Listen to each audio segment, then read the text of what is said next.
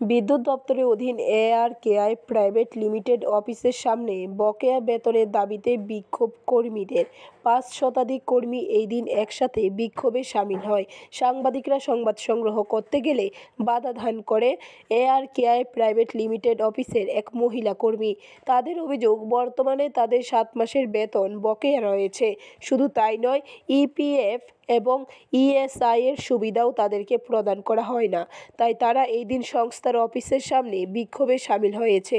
তারা আরও জানায়, সংস্থাকে বকেয়া বেতন মিটিয়ে দেওয়ার জন্য 4 থেকে 5 দিন সময় দেবে তারা। এই সময়ের মধ্যে তাদের বকেয়া টাকা মিটিয়ে দেওয়া না হলে আগামীতে তারা বৃহত্তর আন্দোলনে সামিল হবে।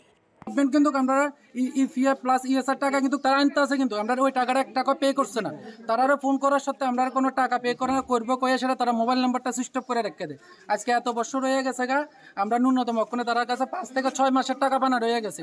আর EPF প্লাস ESI আমরা 2 বছর পর্যন্ত তার কাছে পানা রয়ে গেছি, 1 টাকা আমরা ক্লিয়ার করছে না।